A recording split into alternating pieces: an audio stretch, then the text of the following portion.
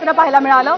लातूरमधले 8 जागांचे निकाल एबीपी माझाच्या हाती आलेले आहेत, पण एबीपी माझाच्या प्रेक्षकांना आम्ही खूप नम्रपणे ही गोष्ट सांगू इच्छितो की इतर चॅनलमध्ये मुंबई मनपाचे जे कल आणि निकाल दाखवले जात आहेत त्याच्या दृष्टीने तुम्हाला असं वाटेल की एबीपी माझावरती तुलनेनं खूप कमी आकडे येत आहेत किंवा निकाल भरभर येत नाहीयेत, पण खरी परिस्थिती अशी आहे की मुंबईमध्ये आत्ता या क्षणी केवळ 46 जागांवरतीच मतमोजणी सुरू आहे।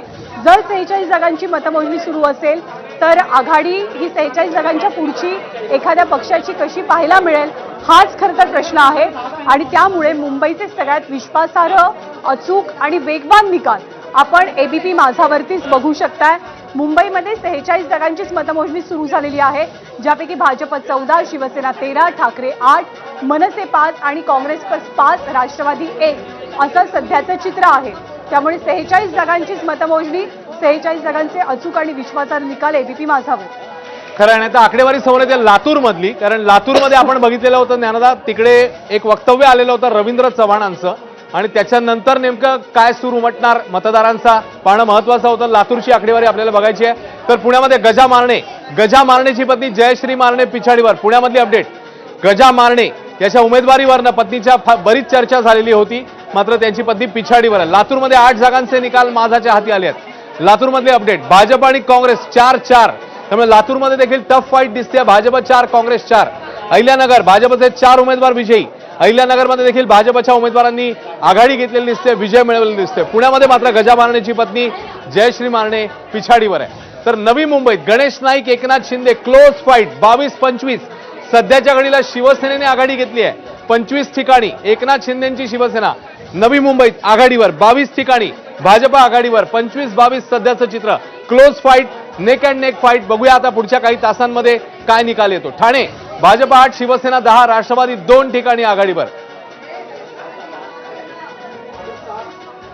तर नांदेडमध्ये भाजपची मोठी आघाडी आहे, भाजप 26 जागांवरती आघाडीवर आहे आणि अर्थातच अशोक चव्हाण यांच्यावरती मोठी जबाबदारी होती। अहिल्यानगरमध्ये भाजपचे 4 उमेदवार हे विजयी झालेत। पुण्यामध्ये गजा मारणेची पत्नी जयश्री मारणे हिची पिछाडी। अश्विन निवडणुकीमध्ये जर का लक्षात असेल तशा गुंडापुंडांना उमेदवारी देणं, आयारामांना एक प्रकारे उमेदवारी देणं, याच्यावरनं बराच हलकल्लोळ पाहायला मिळाला, खूप नाराजी नाट्य सुद्धा पाहायला मिळालेलं होतं। सांगलीमध्ये काय होतं तर सांगलीमध्ये भाजप 6, शिवसेना 1 आणि काँग्रेस 7 जागांवरती आघाडीवर असल्याचं चित्र आपल्याला दिसतंय। अहिल्यानगरमध्ये भाजपचे 4 उमेदवार विजयी झालेले आहेत। आतापर्यंतचे बहुतांश निकाल हे राज्यातले 29 महानगरपालिकातले हे भाजपच्या बाजूने, ज्यामध्ये इचलकरंजी, ज्यामध्ये कोल्हापूर आहे, ज्यामध्ये नागपूर आहे, ज्यामध्ये भिवंडी आहे आणि आता अहिल्यानगर सुद्धा आपल्याला पाहायला मिळत आहे। लातूरमध्ये 8 जागांचे निकाल माझाच्या हाती आलेले आहेत। भाजप 4 जागांवर आणि काँग्रेस 4 जागांवरती विजयी झाल्याचं चित्र लातूरमध्ये पाहायला मिळत आहे। ठाण्यामध्ये राष्ट्रवादी शरदचंद्र पवार पक्षाची 5 जागांची आघाडी आहे, तर एकनाथ शिंदे यांच्या शिवसेनेची एक पॅनल सुद्धा निवडून आलं आणि इतर 3 ठिकाणी त्यांनी आघाडी घेतली असली।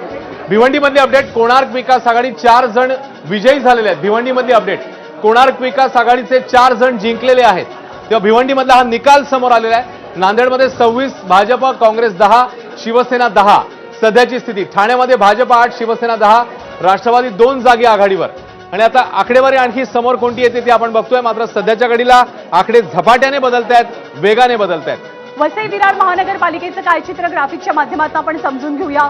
वसई विरार महानगरपालिकेमध्ये भाजप 26 जागांवरची भाजपची आघाडी आहे, तर सर्वाधिक आघाडी जी आहे ती बहुजन विकास आघाडीची आहे।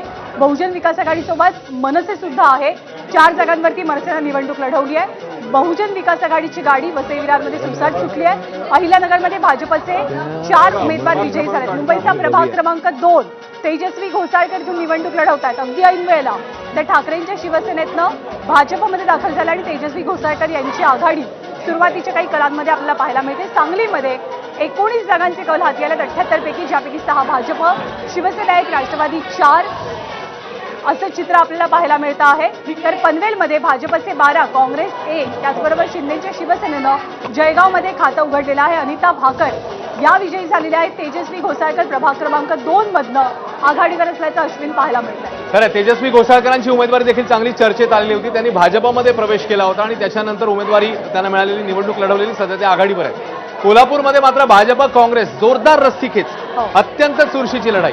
भाजप 22, काँग्रेस 26, सध्याच्या घडीला काँग्रेस 4 पेक्षा जास्त 4च्या फरकाने किंबहुना पुढे आहे. मात्र जोरदार रस्सीखेच जी आहे ती काँग्रेस आणि भाजप कोल्हापूरमध्ये